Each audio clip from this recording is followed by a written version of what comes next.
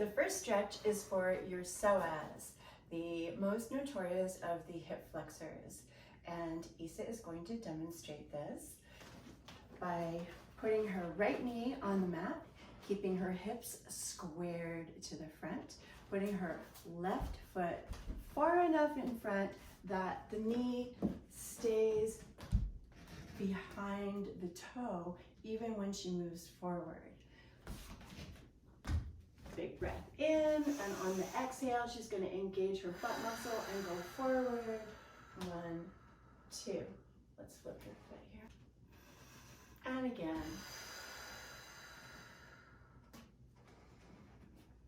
She's making sure that the patellar tendon is lined with the first and second toe, and that her knee doesn't go past her instep.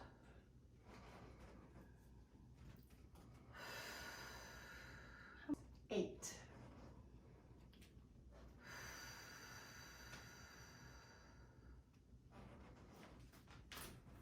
Also, make sure that this leg disappears just like I did behind the body and isn't winged in like that, because that will rotate the hips. Last one.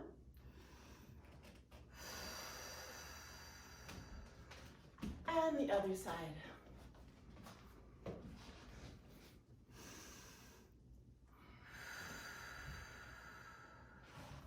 If you feel unstable at all, you can use a piece of furniture to hang onto with your hands.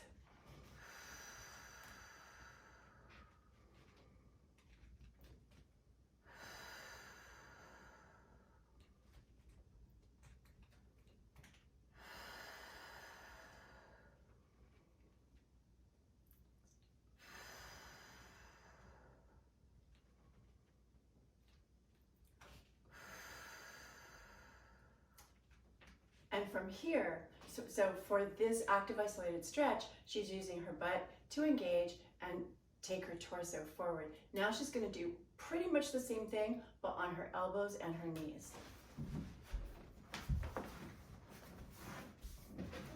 Elbows. And the knees are directly under the hips, and she's going to keep her back perfectly neutral. So the neck can either be neutral or dropped. On an exhale, she's going to use her butt muscle and take her leg up towards the sky and then back down.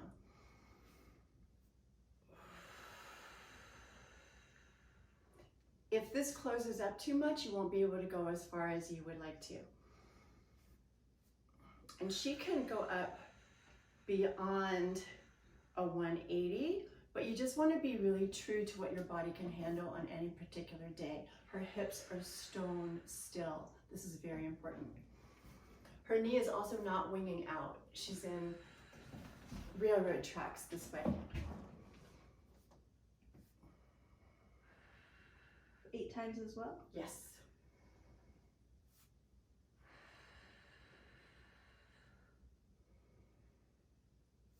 Or 10. Next week, we'll put ankle weights on her ankles so that she can get her glutes even stronger.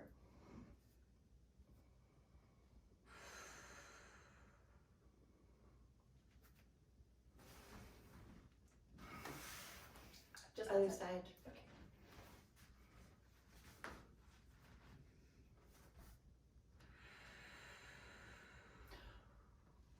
So this is technically active isolated strengthening.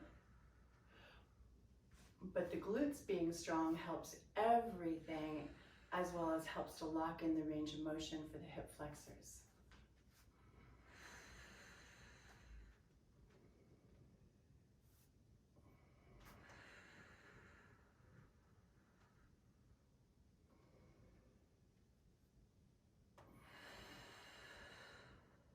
Beautiful.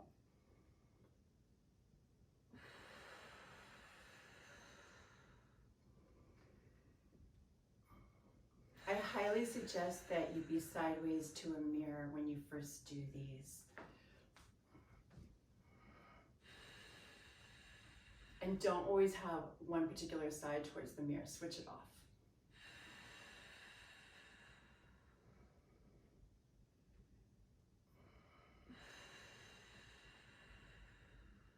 You're counting, right? No. But it's 8 times. Okay. Or 10. So now you're going to do the whole series one more time, please. Yep. Exactly. I'm going to do it with you because it feels so good. Let's do the right leg first. Right knee down, left foot forward, and hips square to the front. Squeeze the glute. Let that action take you forward. So basically your torso is straight up and down, hips square to the front. Squeezing the glute would take your leg behind you if you were standing. But because your knee is stabilized by the floor, the glute action is propelling your torso forward.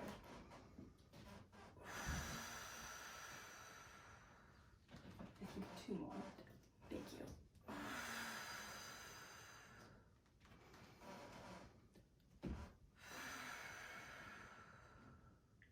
And switch. Hips square to the front, and glute engagement is what propels you forward. Chest lifted.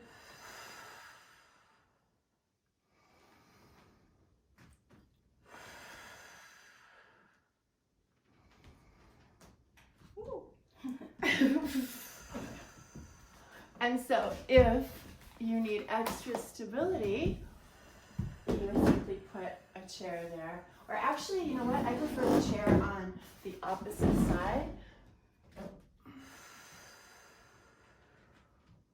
of the one that you're stretching so you don't accidentally rotate towards that way.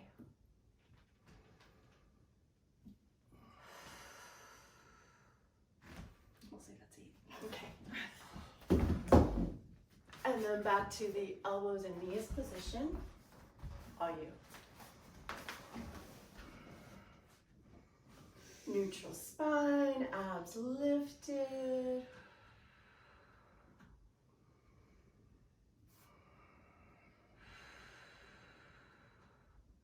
This truly is one of my favorite glute exercises, and I do it with ankle weights strapped to my ankle.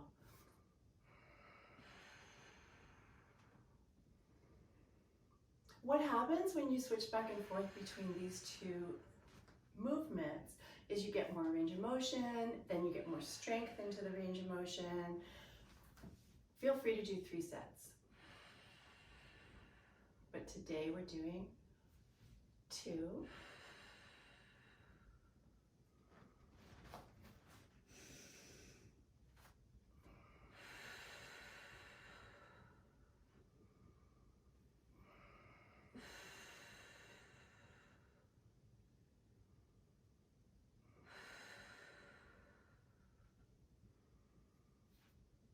I'm getting props for the next piece.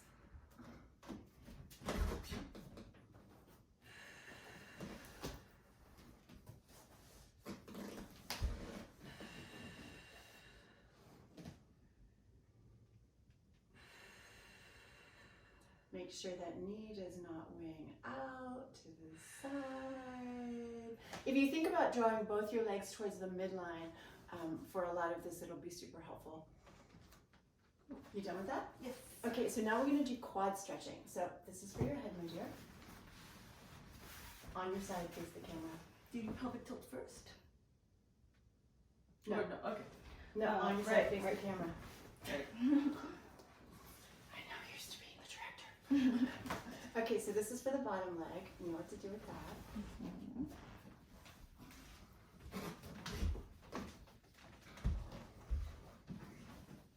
This is to help her keep her knee to her nose, which is to protect the back.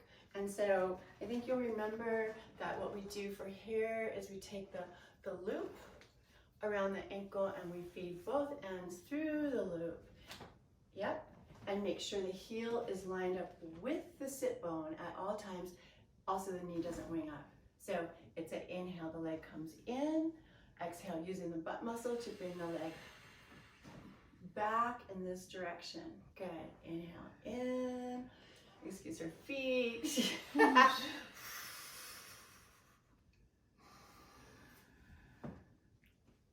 So she's going to reach with the arm back. It's super important to make sure the hips stay stacked and they don't roll backwards. And so over time, you'll find that you might not even need the strap, but meanwhile, you'll just wind up choking up closer to the to your ankle. Don't want the knee wing. And every once in a while, check yourself, right? If your heel's here, where's your sit bone?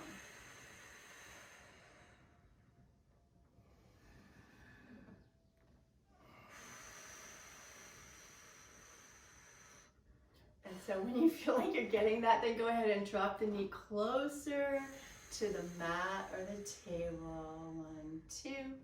Inhale in. Exhale using the butt muscle, reaching back. Everyone does that. They're pulling their heel closer to the butt instead of working on this end, which is usually the tightest and most important. So she's going to reach her arm back.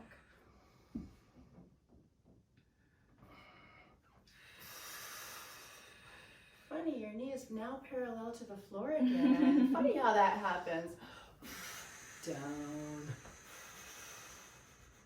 As long as it doesn't come like way up here, you cease to get benefits there, and you're more likely to roll your hip open. Okay, other side. Yep.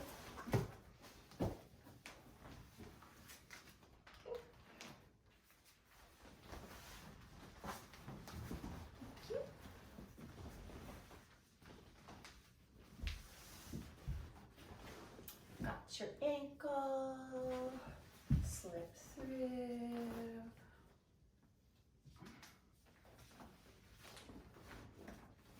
I'll fix that for you here. Hang on to this. One should have been easy. Just goes under the foot and into your hand. Great.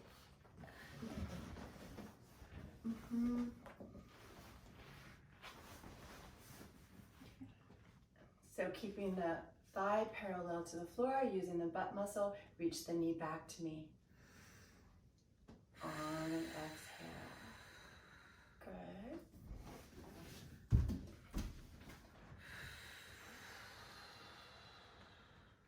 Yeah, you don't have to drop the knee yet, just parallel to the floor for the first set. Good.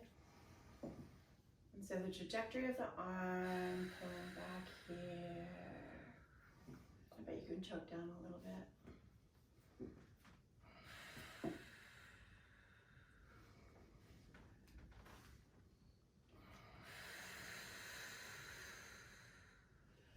If you start to feel or see your back wiggle, just bring your bottom knee closer to your chest, because quads are so tight, they will throw your back under the bus. You need to protect yourself from that.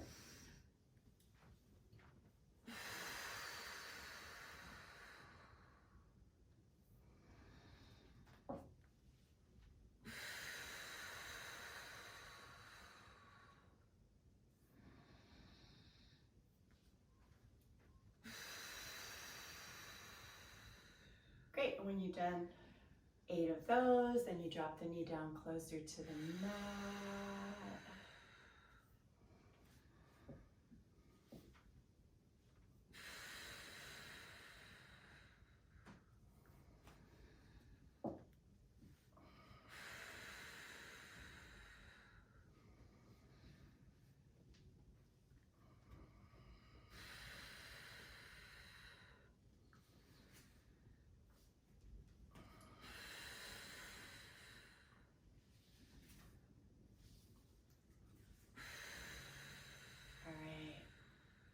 So that's a wrap on this. So now, just in case anything wasn't perfect, and because it's good for you anyhow, pelvic tilts. So lie on your back, please.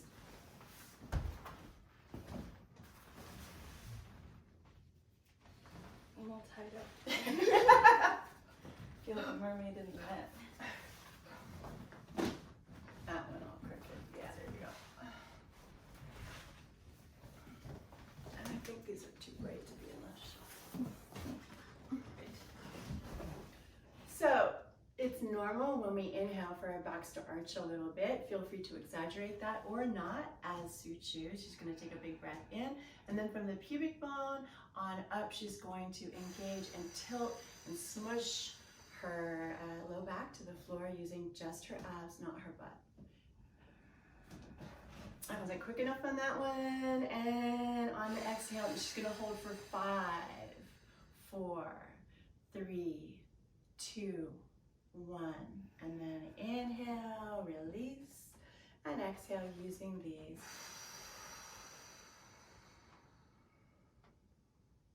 This is a great technique to do anytime during the day in a variety of positions, and including standing discreetly. And now she's going to take it into fairy dust.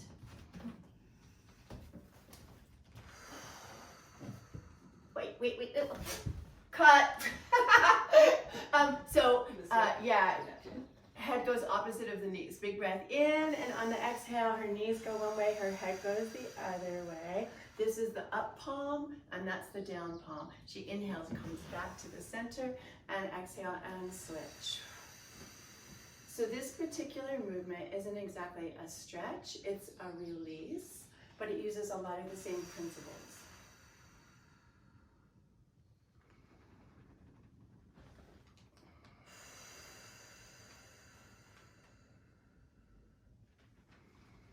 And feel free to do as many as you like because these feel so good.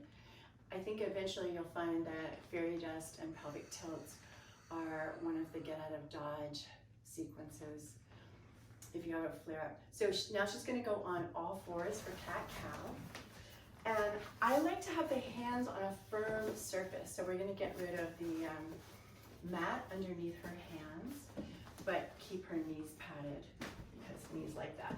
You want to have the handprint be all around the perimeter of the palm, but emphasis on the index finger and the thumb. And so she's just gonna, on the exhale, round her back, pull her navel up, drop her head, relax her neck, and then inhale and lengthen. Make sure your hands are shoulder width apart. Your shoulders are a little bit wider than that. And then exhale and round. Good. And then inhale. And exhale, round. I think she has a pretty enviable range of motion here. Now she's going to come to neutral. So all the natural curves, none exaggerated. Natural curve here, little in, out. She's going to keep her hips steady, her back steady, and her abs lifted and engaged. And she's going to put out one arm and the opposite leg. I apologize, she's a trained dancer. She can't change her feet. You do not have to point your feet that hard. What's super important though is keeping the hips steady, keeping the back neutral. And she is able to lift her leg a little bit higher than her torso, but you just want to be true to what is right for you that day. And also to draw the legs towards the midline.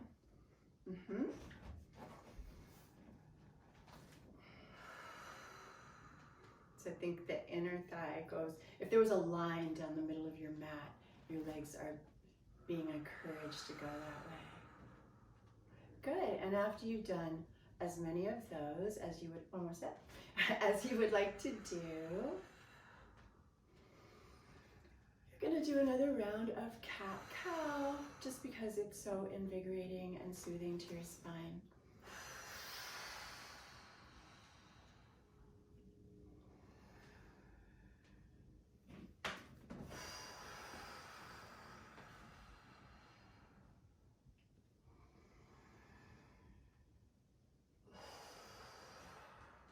There you go. Have a great day.